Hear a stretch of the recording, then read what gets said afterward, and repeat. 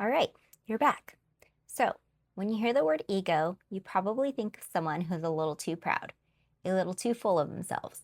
That's not what I mean here. The ego I'm talking about is something different. It's an identity, one that got built around your beliefs, quietly, unknowingly, to protect you, to keep you safe in a world that didn't always feel that way. We all have one, and I'm not here to tell you it's bad.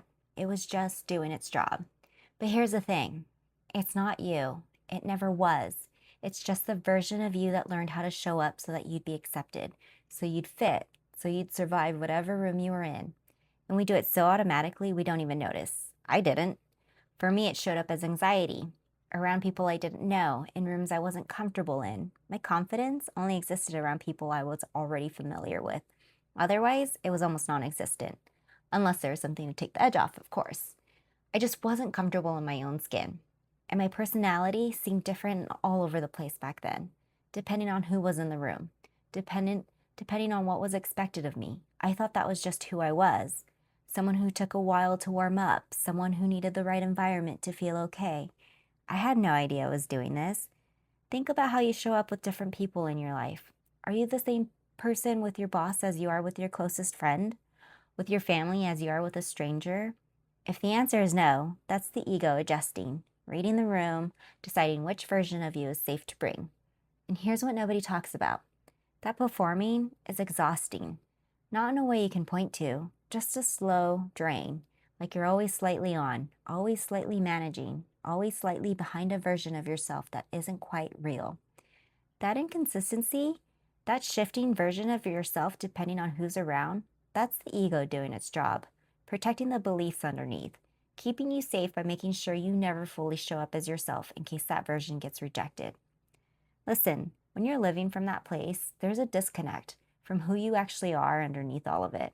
You may not feel it right away, but the energy is there. And sometimes, in the quiet moments, in the spaces between the performing, you feel it. Something's off. You just can't name it yet. I couldn't either. Not until the beliefs started to unravel. Not until the awareness came in and I could finally see what I had been doing. And here's what I found on the other side of that unraveling. I felt safe wherever I was, whatever room I walked into. Not because the room changed, because I changed, because the safety was coming from the inside now instead of from the conditions around me. That's the difference between the ego and the authentic self. One needs the right conditions to feel okay, the other just is. So I want to say something directly to you. I know you think this is who you are. It's not. You only begin to know and notice the difference when the beliefs and the ego start to unravel.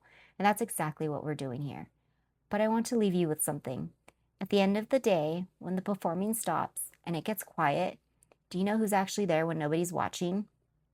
I didn't, but then I couldn't sit with that quiet, so I filled it with noise, distraction, anything to keep from meeting whoever was underneath. That's a conversation for another day, though. But anyway, nobody told me about my ego. Now I'm telling you. And hey, stay with me on this journey, because what I found on the other side, I couldn't have imagined it from where I was standing. But I found it, and you can too. It's so worth it, every bit of it.